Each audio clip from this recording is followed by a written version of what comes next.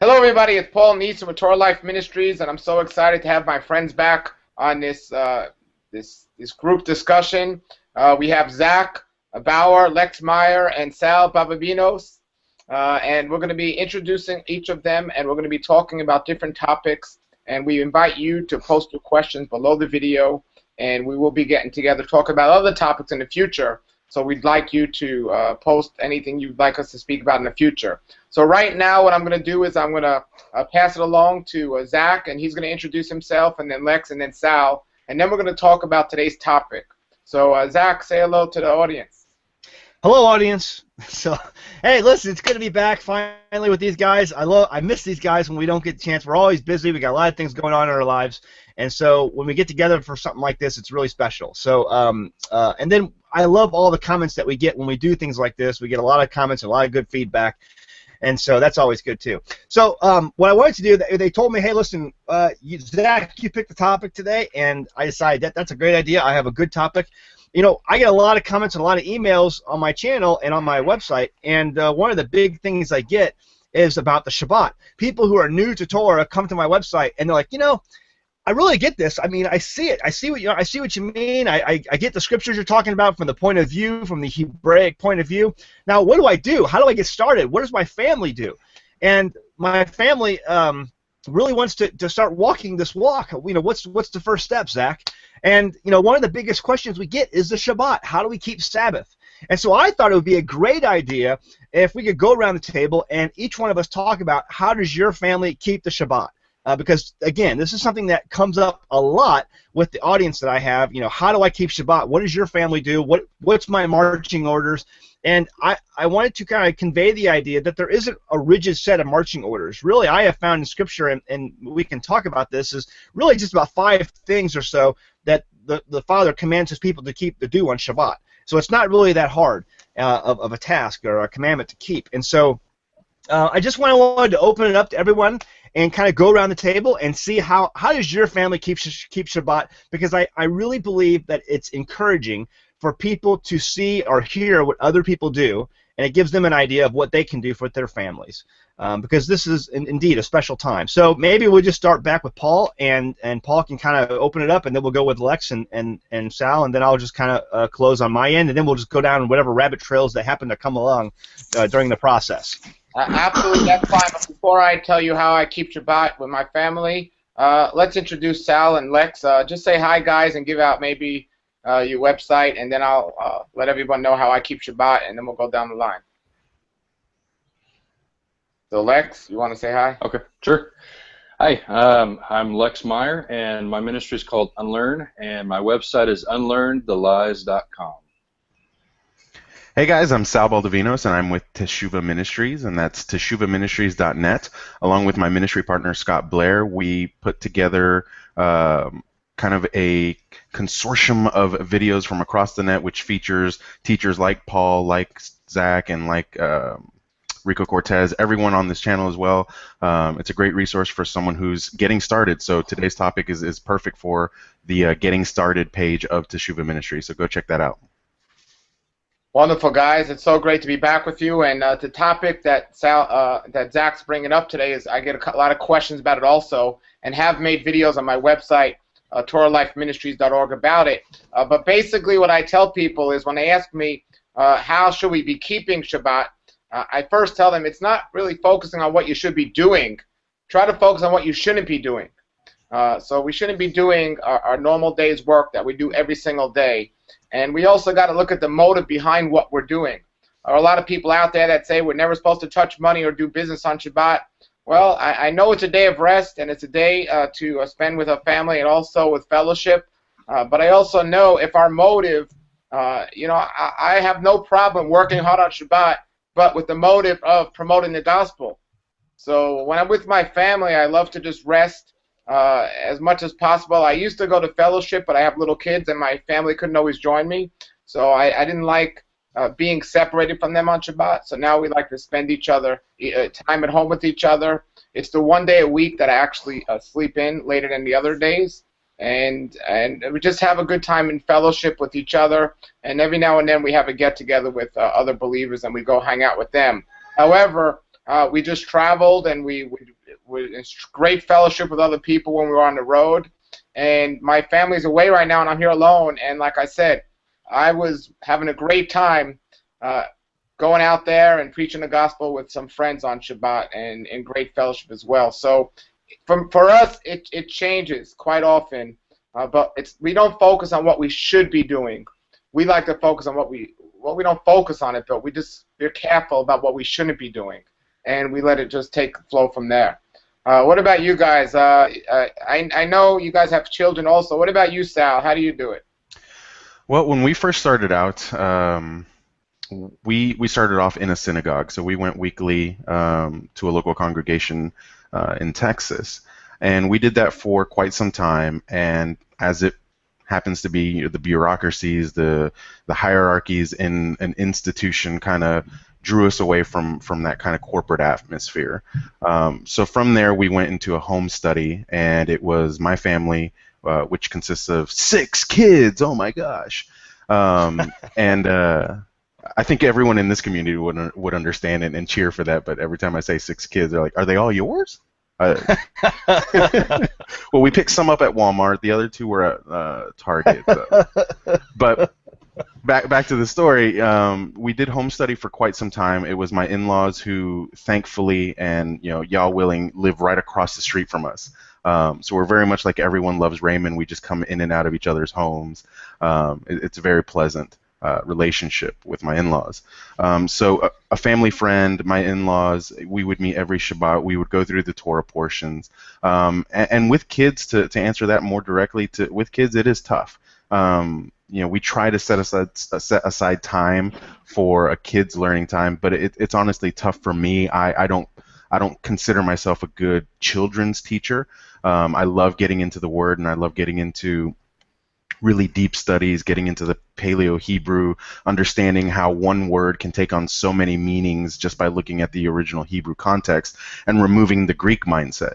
Now that we're in such a large, more corporate gathering in my home, where we have upwards of 10 families and the kids outnumber the adults most days, it is pretty tough, but we still try to incorporate them into the study. We encircle them in my living room. They sit on the rug, they sit on the carpet, and they listen. They at least get it through osmosis, even if the teaching isn't directly associated or done in a format that they understand it. As long as they're there and they participate for a set amount of time, then we let them go, have a snack, go play outside on the playground or anything like that. But it can be a challenge with kids, and I would encourage you, if you're starting a home group, to facilitate a children's study, which is something that we're trying to do right now. Find that individual, or find the group of individuals who have a passion for teaching children. And that's not to not include them from the adult studies, but it's to get the adult studies a little bit more less distracted, if that's a better way of saying it. But always incorporate the children. Torah tells us that we're supposed to raise our children the right way by having them hear the word. And if at a minimum they're hearing us speak and discuss and have a good debate over what we're talking about, then they at least understand that that's how it should be. That's how Torah has modeled our communities to be like. Wonderful, wonderful. That's great. Before we hear from Lex, there are a lot of people out there that often tell me that there's no fellowship near them, so they don't have anyone to keep Shabbat with. And one of the things we've done, which has become common for me since I'm with my family and I don't always have fellowship with others, is on Friday nights we have a live Shabbat Google Hangout that's really taken off. We get about 80 to 100 people on there live every Shabbat night, and regulars. So that's really been able to give fellowship to people that don't normally have it, and sometimes people are even on there with their children. And I hope to get you guys on there at some point. Lex, what about you? You're there you just moved, so you're a little farther away from a lot of people, and Sal's like in the middle of Zach's in the middle of nowhere. But what do you do on Shabbat? Well, when we lived in Oklahoma City, we had a home group that met in our house, and we discussed, kind of like what Sal was talking about. We read from the scriptures, and we talked about what we read, and we had probably 30 or 40 people that would meet in our home, and do that on Saturday evenings. And we'd have some food and some fellowship and just hang out and talk and stuff like that. And we moved, and now we live out in the country, and we live about 30 or 40 miles away from where we used to live. And we still have the home group that meets in our house, but we don't have the same home group that we had that meets that used to meet in our house in Oklahoma City, because some of them just can't drive that far. Some of them were coming from 30 or 40 miles on the other side of the city and coming in, and now they'd have to basically be coming twice as far. And so some of them come once in a while, some of them have gone to other home groups, but we still have a home group that meets in our house, and we still do Bible study on Saturday evenings. But it's slowed down who comes, but it hadn't hindered us from being able to have the Bible study. But we, as far as what we do on Shabbat, we have just my family. We try to have kind of a special dinner on Friday evenings to start kind of welcoming Shabbat, and we kind of make that a special deal. And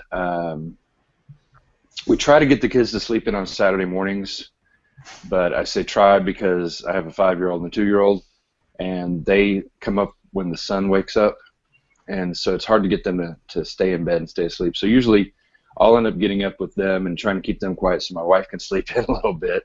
And then she does the same thing for me on Sunday, so at least we both get to sleep in a little bit on the weekend. Hey, everybody. But then throughout the day on Shabbat, we will, we don't do any kind of work. We don't work on the car. We don't work on the yard. We just try to spend family time and make Shabbat about family, and do stuff with our kids, and then Saturday evenings when we have the Bible study. So that's kind of how we do Shabbat. Yeah, we have a similar approach to you as far as setting aside.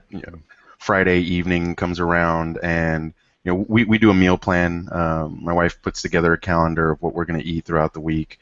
But Shabbat, we started about a month ago, maybe 2 months ago, where my in-laws come over for dinner, and we specifically set aside a budget for Shabbat evening meals where it's a special thing. It's not, we're going to do spaghetti and garlic bread. There's nothing wrong with that, but we want to have a nice dinner. So we'll get the bottles of wine, we'll get salmon, and we'll treat ourselves to a nice big fillet of salmon. That's usually how it rolls out. This past weekend, we had a theme for Shabbat dinner, and we went Mediterranean. So my mother-in-law made falafels and tahini sauce and this great salad mix with pita and hummus.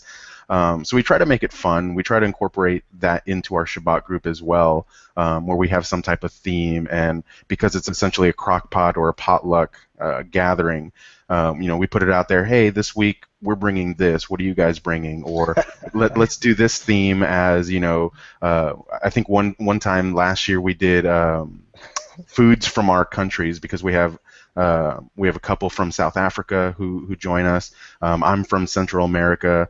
We have Irish and just the gamut of cultures that come into our home. So everyone prepared a dish that was specific to that culture, obviously keeping it clean and no shellfish, all that great stuff. So it's fun. To Paul's point about looking at the things we shouldn't be doing, for the longest time, when we were going to Shabbat at a synagogue, we would go out to eat. That was like the Sunday church thing to do, right? You go to church and then you go have lunch. And we were convicted when we left that we were doing the wrong thing. We were spending money on Shabbat. We were not keeping it set aside. We weren't being holy. As we continue to study and continue to really inductively study Genesis and what does it mean to work? What is work? Understanding the prohibitions that rabbinical Judaism has put on that, where you can't even flip a light switch, the burdens of the Torah that Yeshua taught against, and the traditions. For us, we were convicted that what we were doing was wrong in going out to eat. We still don't do that now, but if I have to go get a pack of water bottles for Shabbat, or if I forget to get something for a Shabbat meal, I don't feel the burden that, oh my gosh, I spent money on Shabbat, I've committed a sin. And that's a conversation that I've had a lot with new believers or people who are asking, how do we celebrate Shabbat? Is okay. Well, the Jews don't turn on a light switch. They don't even fold paper because they're creating something new. They don't cook anything. They don't start a fire. All these different things, and it's a matter of getting the understanding that they need to. Look at what the word says, and there's nowhere in Torah that says you cannot spend money, you cannot have an exchange with someone on Shabbat. Keeping it holy is an interpretation that you have to do study for, and how do you keep it holy? So that's my 2 cents on that. So before we get into mine, just for mine, we basically sleep in late, like some of you guys were talking about, and we don't do any work. I mean, this is a farm. There's always work to do. There's always things that need to be done.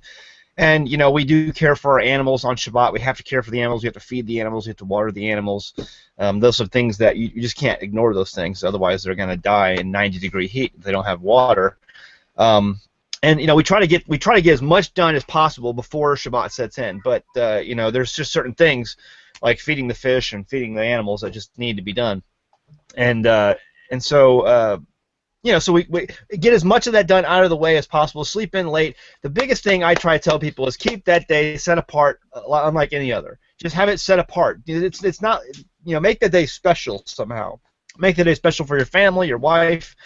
For our dinner Friday night, we usually have guests over, and we'll keep things simple. We won't put out nice plates or tablecloth, because at the end of the evening, my wife has to put all that away and wash it and do all that. So we don't have a dishwasher we can just throw it in. Everything's hand washed here where we live off grid, and so she has to do all that. So we just paper plates, paper cups, or plastic cups, and it all goes into the trash. And so it's no work for my wife to do, or very little work for my wife to do, and so she can enjoy the Shabbat. And so he's like, yeah, you can do it for her, Zach. We're texting back and forth as we're talking. So, no. She doesn't want me doing dishes, because if I do dishes, right? If I do dishes, things go put in places where they shouldn't be going, So you'll have to make it work harder the next day, right? Yeah, exactly. Yeah, and then she's stressed out because she doesn't know where Zach put the cups at or whatever. So, so we just kind of keep things very simple, keep things fun for the kids. On Shabbat morning, we sleep in late. We give the kids up, and sometime in that morning, I give the kids a blessing. I put my firstborn on my knee, and then my secondborn, and I give them a blessing. And I think there's very powerful words that a parent can give to their children. They speak over their children, and so I give them blessings every day, or every Shabbat, every week. And then we usually go to a fellowship. We travel to town, and we get together with other people, and they bring a potluck, and we just enjoy the Word later in the day, starting at about 3 o'clock. So that gives us basically all morning and early afternoon just to spend with the family and just do nothing and just relax. And so the end of the day is complete, because we get together with other believers and we fellowship, and so that's very fulfilling for us. And then we just end the day, coming back home and getting ready for work the next day. So it's that's how we do our Shabbat. Nothing too crazy, but it's very simple. Well, I got to be honest. I mean, I pray every day my kids are going to get the understanding of Shabbat, but right now I'm not teaching them really well, because I'm not setting up a good thing, because they ask me about 20 times a day on Shabbat, can we do this, can we do this, can we do this, and we say no, and they say, why not, and I say, because it's Shabbat. So I don't know if I'm setting the best example, because when they grow up and they're free to do what they want to do, hopefully they'll realize, okay, at Shabbat I can't do this, and they won't start thinking, well, now I'm free and I can do what I want, because that is like the killer for them when they hear us say, no, because it's Shabbat, it's Shabbat. They're not able to do all the wonderful things they love to do during the week. So, that's what we want to do, and that's what all you seem to do. Is you seem to get your kids involved, and that's an important thing. That's an important thing. There's a topic I want to bring up for people, because Zach, you said, and new to Torah's your channel, and a lot of people new to Torah ask this. What I find is a lot of people new to Torah ask this, and a lot of people that have been in Torah for a long time have division over this, and it creates a problem. But what we need to understand, everybody, Shabbat is extremely helpful, and it's a blessing to follow the guidelines and instructions of our Creator, regardless of how we each figure out how to do that. But the thing we have to understand is you're not saved by keeping Shabbat. You know, we have to understand that it's not a salvation issue. I want everyone watching to keep Shabbat and do it with joy, but you're not going to hell if you messed up. And that's something you need to think about if you're new to this. And it's not, you don't throw out everything because, oh, I messed up on Shabbat. Well, let me just say real quick before you go into this that the guy who was killed in the Torah, in that Torah portion, when he was out kindling or picking up sticks. That was this week's Torah portion, by the way. Right, yeah, right. He was being outright rebellious against God's commandments. So there's a difference in messing up, and then there's a difference in being rebellious. Well, there's a lot of people that use that scripture to talk about the fire as well, that we can't kindle a fire. And when you look at the Hebrew, those two instances are completely separated as well. The man who was gathering sticks, you continue reading, and it's directly in front of Korah's rebellion, and they were setting up their own tabernacles and their own fire pans. So that correlation between the two is always, oh, you can't gather wood and kindle a fire on the Sabbath. Well, those two things aren't even in the same chapter. One's in chapter 16, the other one's in 14. So how are you connecting the two when Korah's rebellion is directly after the man who kindled or gathered the wood for the fire? Go ahead, Paul. Finish your thought, Paul. It's not. I mean, if you read this past week's Torah portion, it not only was rebellious, but it was the timing of it. I mean, he literally did it right after the warnings came about, of being rebellious. Right after it. It was like the worst possible timing for this man to do something like this. If you read it, it came exactly after. It's like, don't do this, and you've done this, and Yah was mad with this, and all of a sudden the guy does it. It was the worst timing, and that had a lot to do with it. There was an old Jewish man at our fellowship yesterday, and he was on the borderline if he accepted Yeshua or not. But he was stuck. He grew up in Judaism, and he was old. I mean, he was in his 80s or maybe even older. And when we brought that up about the man picking up the stick and being stoned, he had a lot to say about that. And just like you guys are saying, just like what Sal said, and just like what I said. And I'm sure Lex has an opinion about the guy picking up. My father-in-law made a good point also. He kind of said, they just got told that they're going to be wandering for 40 years. Maybe this guy was like, you know what, forget it all. I'm just going to do my own thing. And, you can't decide to make up your own rules in the camp of the righteous. You just can't do that. And so it was outright rebellion what this guy was doing. Go ahead, Lex. Just for the record, I picked up a stick on Shabbat, and I didn't get stoned. So it's... That's because we weren't there. Yeah. All right, Lex, what do you got to say? Well, what I actually wanted to say something doesn't really have anything to do with the sticks. The one thing that's really kind of been transformational in my own life anyway is whenever I saw how the Sabbath is it's a sign of what God we're in covenant with. Because in Exodus 20, when it says, remember the Sabbath, because in 6 days God created the heavens and the earth, and on the seventh day he rested. And so by keeping and observing the Sabbath, we are identifying with the God of creation, the one who created the earth in 6 days and rested on the seventh day. And we're saying, this is the God I'm in covenant with. This is the God that I'm following. This is the God I'm serving. This is the one I love.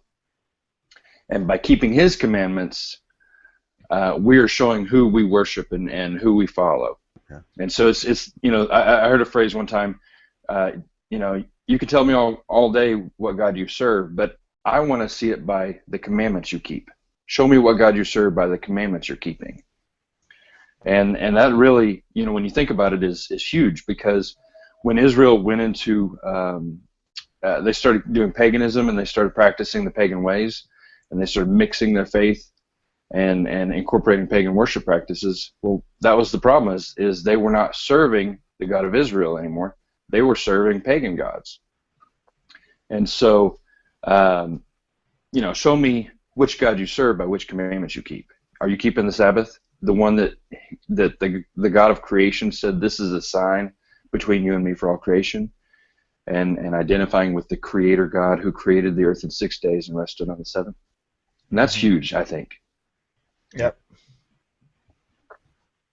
Yeah, it's it's something when people are new to this. I mean, when you first realize that, and come to the realization, I just posted something to my Facebook page. A pope or some kind of Roman guy in some costume was saying that there's nowhere in the scriptures that say the Sabbath is on Sunday and it was changed. And it's a big thing because, I mean, this is probably the #1 issue from an outer appearance when people start keeping Shabbat on Saturday on the correct day, that they have to deal with their friends and their family and everything else. This is it.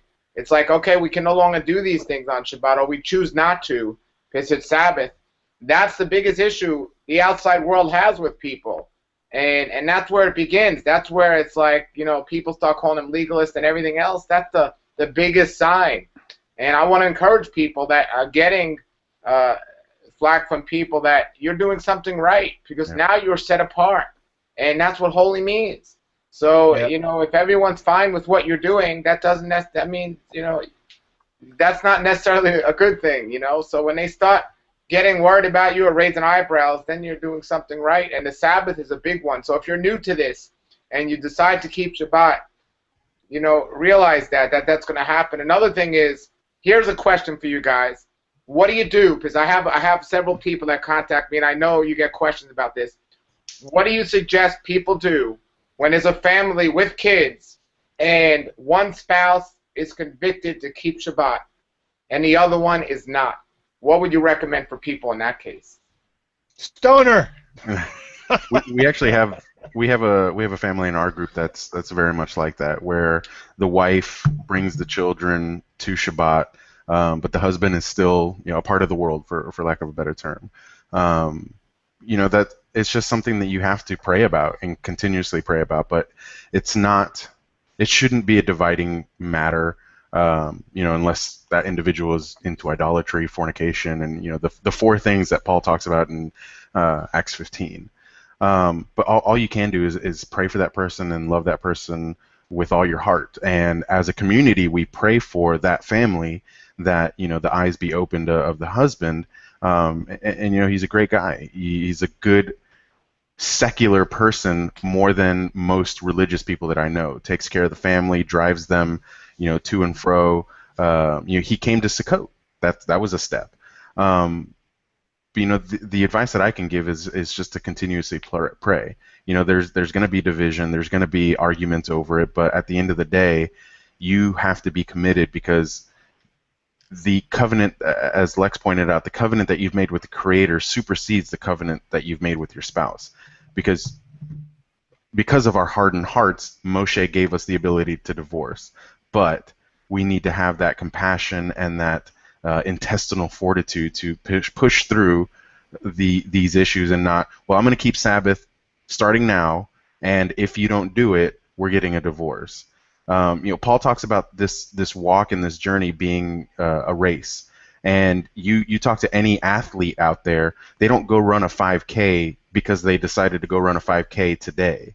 They have to train for it. They have to figure out what works and what doesn't work, what foods are good for you, what foods are not good for you. They have to exercise. They have to stretch. They have to do all of these things in preparation before they can get it perfected and actually do the intended goal of the 5K or the marathon.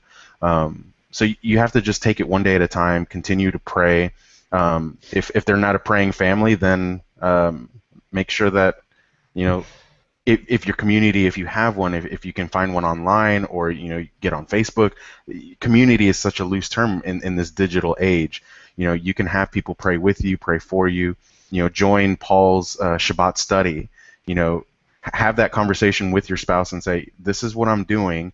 I encourage you to join me in it. And if you don't, I understand. I'm not going to push it on you. I'm not going to force you. And I think that type of love and that type of compassion will ultimately soften their hearts and show them the true mercy that Messiah gave everyone. Because Messiah didn't go around beating people over the head about keeping Shabbat.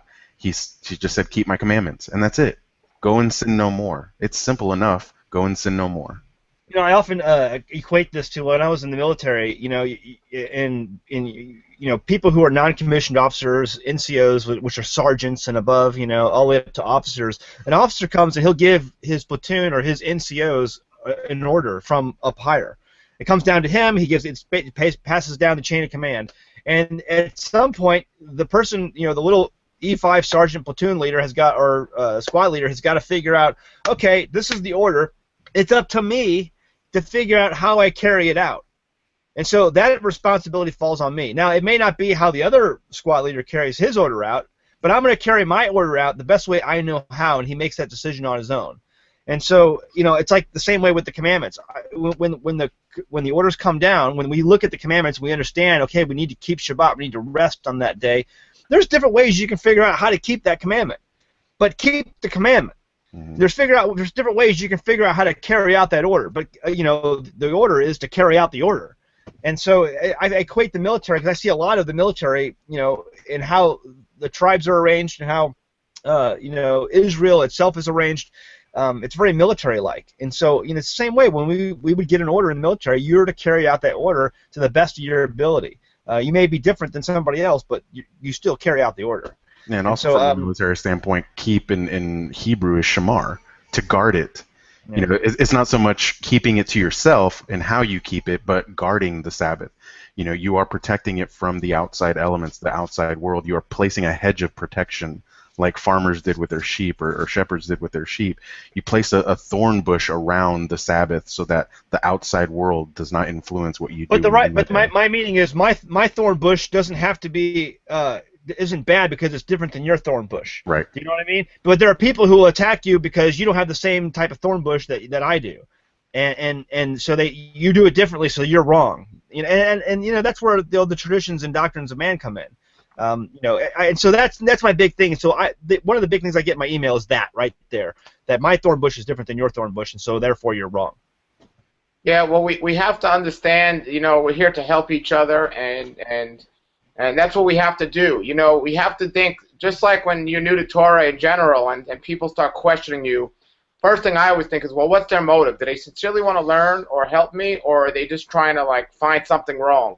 So if somebody's going to rebuke you about the Sabbath or the way you're doing something, pray about what's their motive. If their motive is really to learn or to help you and judge you righteously, well, get in a nice discussion with them. But if you see their motive is just to prove you wrong or prove Scripture wrong, do your best to avoid that thing. Because look, even though we're all doing it our own way, that doesn't mean we're doing it right. And that's what we're here for, to help each other. We're here to, look, I can be thinking I'm doing it right and doing something wrong, and if one of you guys tell me, let's look at Scripture together, I know your heart, and you know my heart. But if somebody comes to you, with the wrong heart, then you got to just try to avoid them. So it is an individual thing, and we have to look at it that. But what's somebody's motive when they start questioning you? And ultimately it comes down to, look, it's your family, your house, and, it's an individual thing, and people do it in different ways. And I travel around, and I see people doing it in different ways, and sometimes we pick up new ideas.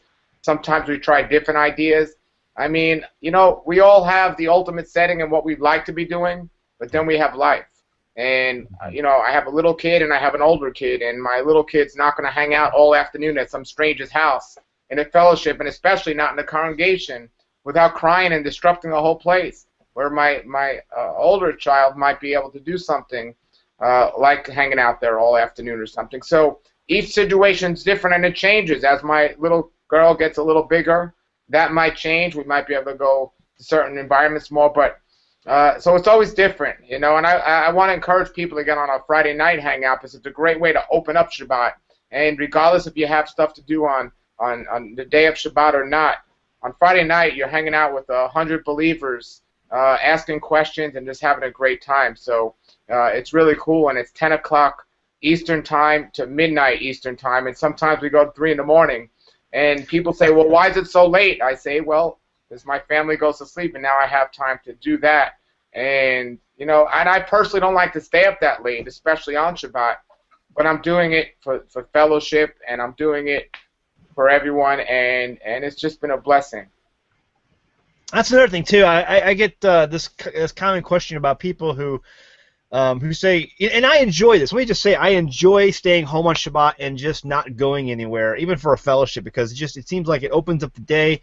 We have less to worry about when it comes to either traveling, and some of our roads during horrible weather is just bad to travel, and so in putting together whatever potluck thing we're bringing, my wife is going to bring that day for the fellowship. And so my family really enjoys just staying home sometimes and just avoiding the fellowship altogether. But I really think that you really need to get together with people on a regular basis on Shabbat. I think you really need to, like you're doing, Paul, with your video. All these people, and I mean, I know probably most of them have no fellowship at all whatsoever, and so they love the idea of getting together with people and just kind of conversing and getting that fellowship and that love with fellow believers who have a love for their Messiah and their Torah. And so that's something that's so huge for people. But you know, I really enjoy getting together on Shabbat with people and coming to fellowship. And there's some people I think that avoid that because they well, like for instance, the Sabbath day journey. Can we talk about that for a minute? Yeah. People are curious and they're cautious about, should I be traveling on Shabbat? Should I even go anywhere on Shabbat? I mean, what are your thoughts? I have a friend that never travels on Shabbat, and if he wants to be somewhere on Shabbat, he usually sleeps over somebody's house, and you know, he's known as that guy that crashes everyone's house. But he's a single young guy, and that's what he does, and he's convicted. And my thoughts on it are, if that's what you're convicted to do, then I don't see an issue with it, but I don't think it's necessarily a command. But he feels it is, and he feels really strong about that. I would love to have that conviction, because that'll keep you real safe. Because the farther you drive, the more of a chance. It takes a lot of energy to drive. But you know, some people have that conviction and some don't. And what do you guys think, Lex and Sal? Well, I don't know the exact distance that's considered a Sabbath day's journey anyway, but being that I live about 30 or 40 miles in the country, if the people who came to my Bible study went according to that Sabbath day journey thing, they may not be able to come to our Bible study because it may be too far for them. And so I think it probably kind of has something to, I would say, go with your motive. And if your motive is to do something that would honor Shabbat, then what's it matter if you're going to jump in your car and drive someplace? But if your motive is to do something that really doesn't honor Shabbat, then maybe you need to consider doing it a different day or something. Is I think probably the direction I would caution people. If what you're doing is honoring Shabbat, then I don't think you need to count your steps and see how far you get. Oh man, I'm 10 steps short of being able to do this. I can't enter your house now. I can't. I have to stand outside on your porch because I took all my steps. That's why the Fitbit was invented for Sabbath keepers. What? The what? Fitbit. Oh, the Fitbit. To track your Sabbath day journey. Yeah. But I think some people get too caught up in technicalities and details, and it really, they don't enjoy the liberty we have in it, and the joy and the freedom that we have in the Shabbat, because they're too caught up on nitpicking details. And a lot of times those details aren't even in the Bible. They're not commandments. They're doctrinal versus scriptural. It's doctrine. It's something that some man came up with at some point, and it kind of got adapted as tradition. And people get caught up in those traditions and make doctrines out of them, rather than maybe just using them as guidelines to establish your own traditions. And so I don't think there's anything wrong with having a tradition, but you don't want your tradition to supersede or to trump what the Scripture says. Exactly. And so, it's fine if you have a tradition of eating, salmon every Friday night, but don't make a doctrine out of it that you have to have salmon every Friday night, because that's not, that's just silly. That's not biblical. You know what I mean? And I think for me, the important part, aside from the Sabbath day journey and getting more into the motive, what is the Sabbath? It's supposed to be a joy. It's not supposed to be a burden. Keeping Torah shouldn't be a burden. So all of these restrictions and all of these prohibitions that have been done through doctrine and through tradition don't make Sabbath joyful. Maybe it does for some people, especially if you're just starting out and you say, no, I can't fold toilet paper because the Torah says so. Okay, if that makes you happy, fine. But at the end of the day, Shabbat, the Sabbath, is supposed to be a joyful day. And recently, I took on new responsibilities at my job, and it has been the most stressful time in my life. Just a lot of stress. What that did for me is it's a position that I've always longed for, with authority, with title, all of that stuff. But that's this flesh side of my nature that desired those things. And I strongly believe that our Father gives us sometimes what we want to show us it's not what we needed. And now I'm at a point where, okay, I've overcome some of the hard stress transitions that have happened in my workplace, but what that forced me to do was what I wasn't doing in the first place, was praying every single day, praying every single morning, praying in the evening, praying with my kids. But it also made me long for and cherish and have a very joyful Shabbat. That's what it made me realize, that through these 5 days of just turmoil and stress and meetings and just back and forth, that when Friday evening came, I could just clear my mind of it, turn off my email, turn off all my electronic devices that would have me remembering about work, and just set it aside and say, now it's my time to be with my family, with my Creator, and with my community. So if something is a burden for you to keep on the Sabbath, as long as it's not truly violating Torah, put it aside for right now. Put it on the shelf. Come back to it. Study it inductively. Look at the Hebrew. Look at the characteristics of who these people were, why they did the things they did, and understand what it meant to keep Sabbath a joy. Mm-hmm. One of the things people often ask me about Shabbat, people that are new to this, is are they allowed to exercise on the Sabbath, or could they exercise on the Sabbath? What's your opinions about that? How would you answer that if somebody asked you guys that? Just actually, I get that question, but in different forms. Like, is it okay to go out and work on my garden on Shabbat, or is it okay to go hunting on Shabbat? And so my thing is like, no, that's like completely. That's like hunting and gathering. That's like gathering food and doing the things that they were all, back in biblical times, were taking a break from. And so I tell people, no, absolutely not. I mean, and not only that, but I look at Isaiah 58 and going after your own pleasures on my holy day. Looking after the things that I want to do, that my flesh wants to do. My flesh wants to go fishing or hunting or work on my garden because I love my garden or I love my whatever. And it's just, that's my flesh speaking out and saying, I want to do those things. And I'm like, no, I should be concentrating on my Father and His Word and my family, because my family is all about my God is my position as a husband and father should be all about my family. And so that's the thing that the Father has given me, and so I want to tend to those things and raise up my children in Torah, and so those are the things I think I should be doing, not the things that my flesh desires. And exercising is one of those things. I really want to go out and exercise because I can't find. What really is the deal is you can't find time to go out and exercise during the rest of the week, or go hunting, or go fishing, or go do whatever these some of these things are. That should be something you can make time for on the other. Make time for your Father on the Shabbat.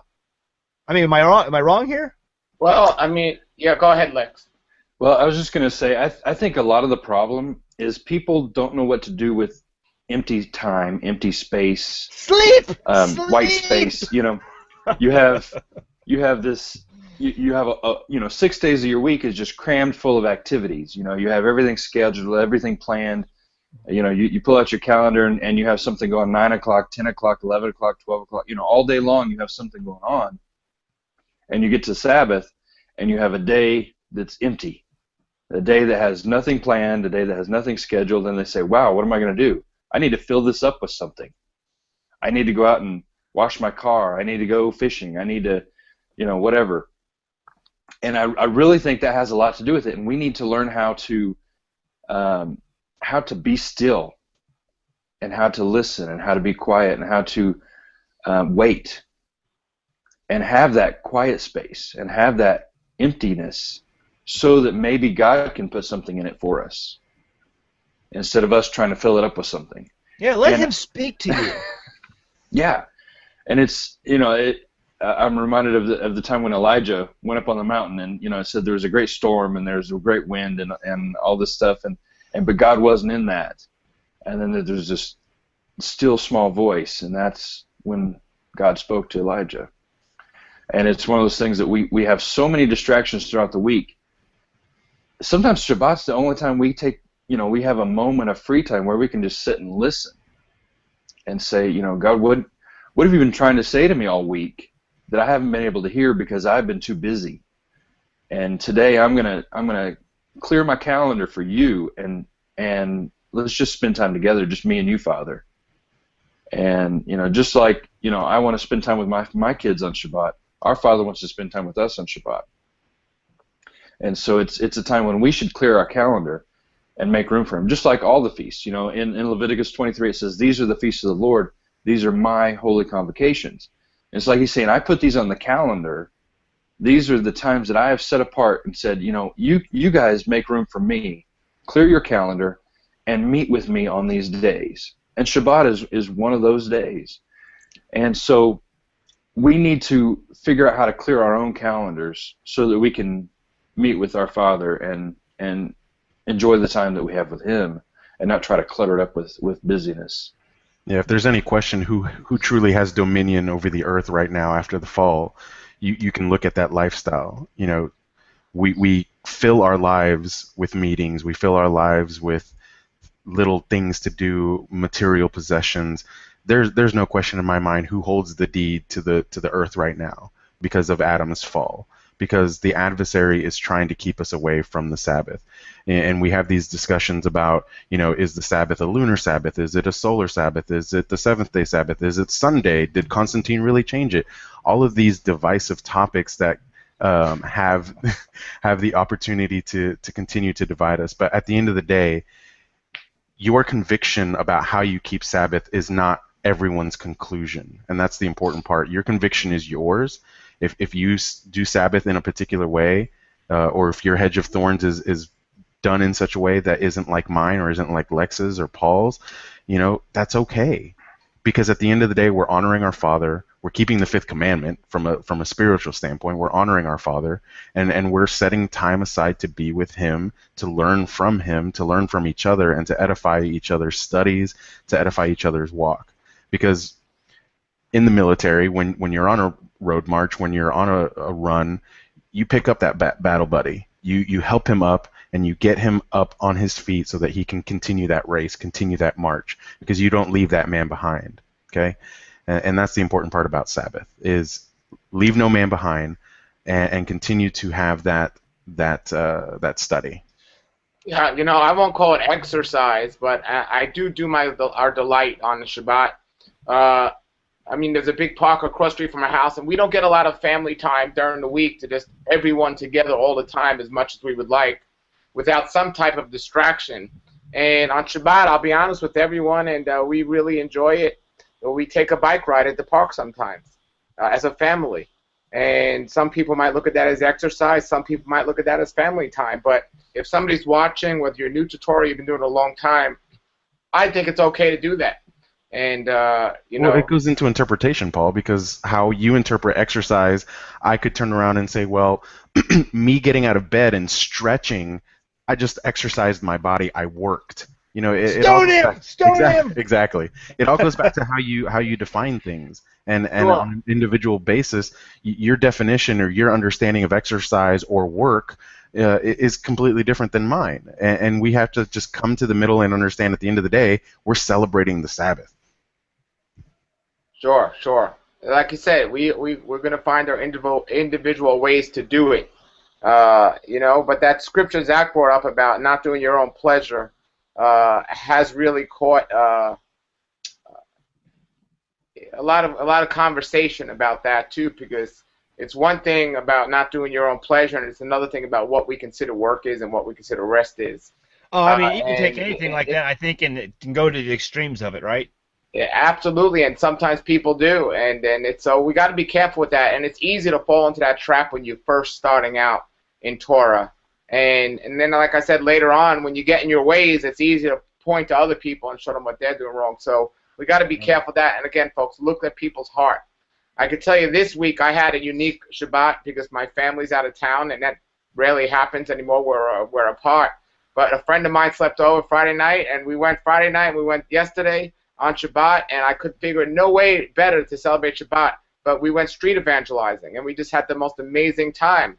But we worked, and we drove to get there, and we were associating with other people, and it was a very unique experience. But I see the apostles doing things like that on Shabbat, and it was just a wonderful time.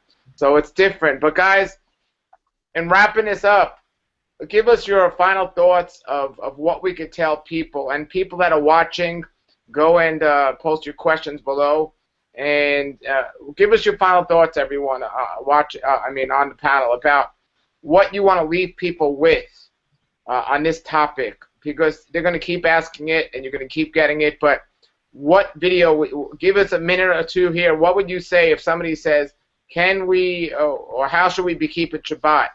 What would you point them to and you're saying right now, just so they can get the gist of it real quick, other than watch this whole video? I guess I'll go first.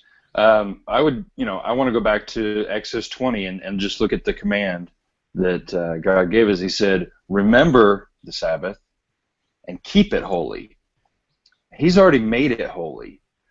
He made it holy when he created the earth in 6 days, and he rested on the seventh, and he blessed the Sabbath day and made it holy. He's just asking us to keep it that way, not to defile it with work, not to defile it with distractions, not to fill it up with our own desires and things like that, but to keep it holy as a day set apart to him. And so that everything we do on that day is for the purpose of spending time with our Father. And so if we can do that, remember and keep it holy, remember to spend that time with him and to keep that time set apart and holy, I think that's where we need to begin, at least,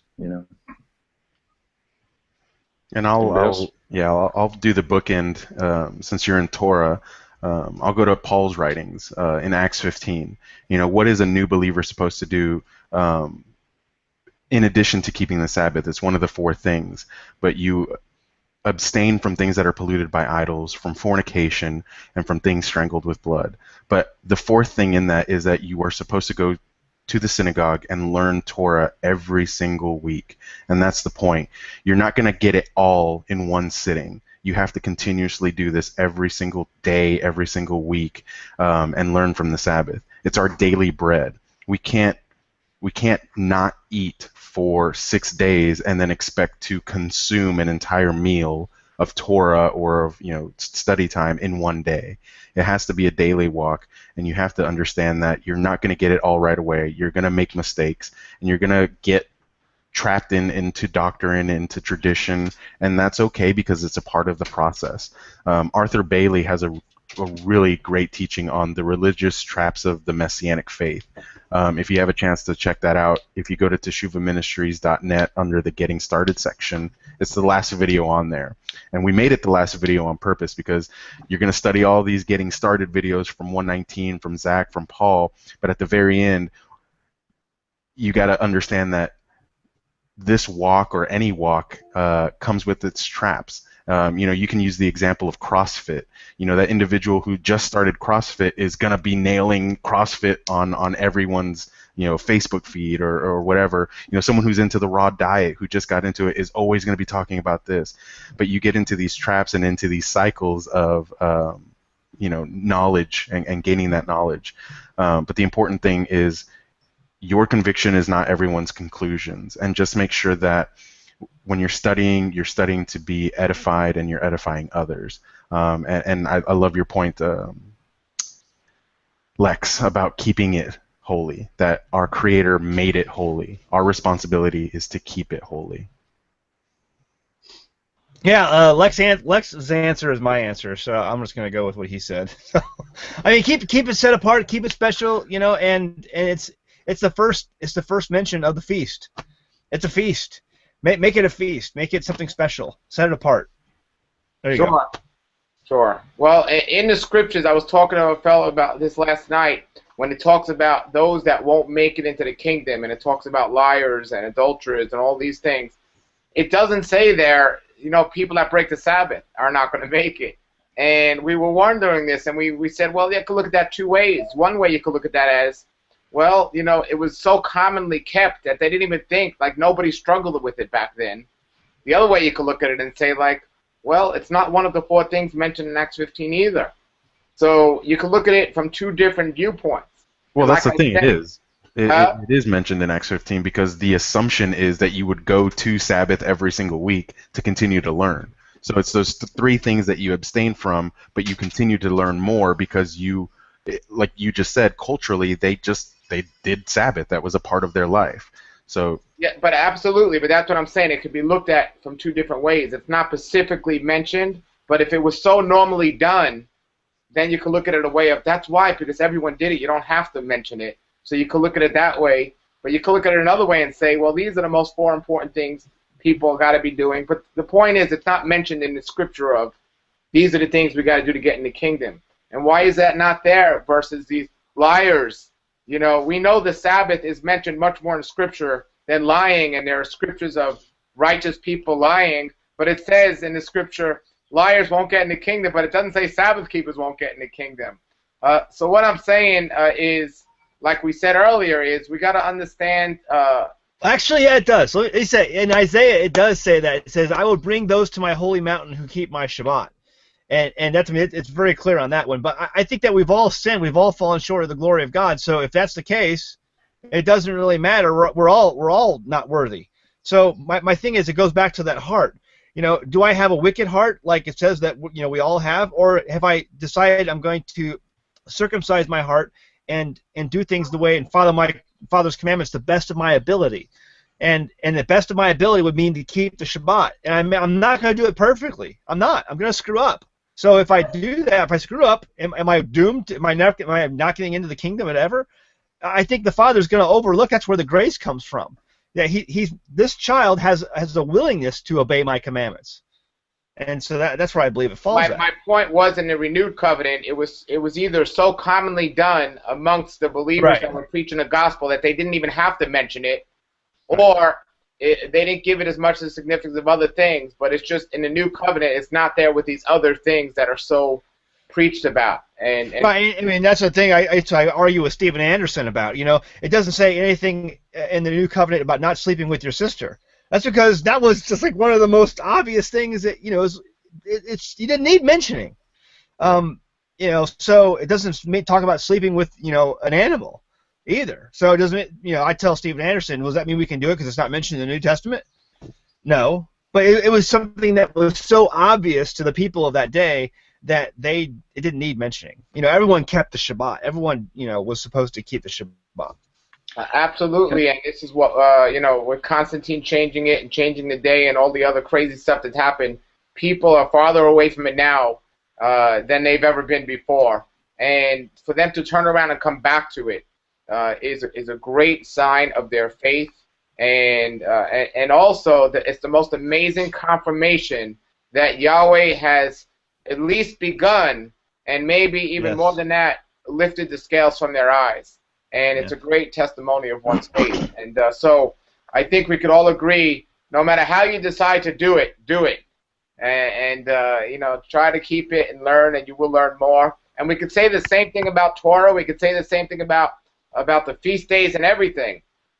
Stop ignoring it. Stop making excuses and looking for loopholes. And honor the day that our Creator told us to honor. And do it with the right heart. And blessings are attached to that. Are you all in agreement with that? Yeah. Great. And can I throw in one last thing also? It kind of goes along with the last little bit that you guys have been talking about. Is our Messiah Yeshua said the Sabbath was made for man, not man for the Sabbath, and it's a gift to us, and so we need to welcome it as a gift and thank God for it and bless it and treat it as something sacred and special to us. It's for us. It's not. We were not created to keep the Sabbath. The Sabbath was created for us. It's a day of rest for us. It's a day of fellowship. It's a day of spending time with our Father. And so it's a day for us. It's not a day against us. And I think that's where a lot of people get it backwards. And they think that I have to make sure I step through all these hoops and I do all these right things, make sure I don't violate it, because I don't want to step on it and break it, And it's not it's not as delicate as I think people act like it is. We're not going to break it that easily. I think that we have to intentionally try to break it. If we're trying to uphold it, if we're trying to keep it, if we're trying to honor it, I think that's, it's made for us to do so. And so I'm saying this as a means of liberty, that there's freedom in keeping the Sabbath. It's not a burden. And so I don't think we need to look at it as something that is so fragile that we're just going to break it every time we, give somebody the wrong look, or every time we, do anything. More. Yeah. Take too many steps. Yeah, I walked too far today. I scratched my head. I turned the light switch on. You're not breaking the Sabbath. It's not that fragile, But anyway, you guys have anything else? No. Post your questions below, everybody. Zach, anything else? That's it. No, that's a great topic. I'm glad we brought it up. I thought, I think people are going to get a lot of encouragement from this. Wonderful, wonderful. Sal, how you doing? Anything else? No, that's it. I think just continue to read the Word and do it to the best of your abilities. Wonderful. In case for people that are watching, myself and Sal were able to put our ministry websites on the screen because of connectivity issues. Zach and Lex were not. So, Zach and Lex, give out your websites so people know what they are. My website is new2torah.com. New, the letter 2, the number 2, Torah.com. And you can go there and see this video and other videos that we've done in the past. I haven't updated it in a while. I'm going to update it today, I think. So all my stuff's on there. Okay. And maybe I should have just wrote it on the blackboard behind me here. Mine is unlearnthelies.com. And if that just seems like too much to write out, you can just do unlearn.cc, and that'll kind of shortcut you there. But unlearnthelies.com is mine. Thanks. Wonderful. And while we're at it, Sal, even though it's on the screen, tell everybody yours for those that are just listening and not watching. Sure. It's Teshuva, which means to repent, to turn around. TeshuvaMinistries.net. Wonderful. And mine is TorahLifeMinistries.com or .org. All right, everybody. Well, thanks for checking us out. Thanks, guys, for joining. We've got to do it again, hopefully sooner this time than later. And Shabbat Shalom, everybody. Shabbat Shalom. Shabbat Shalom.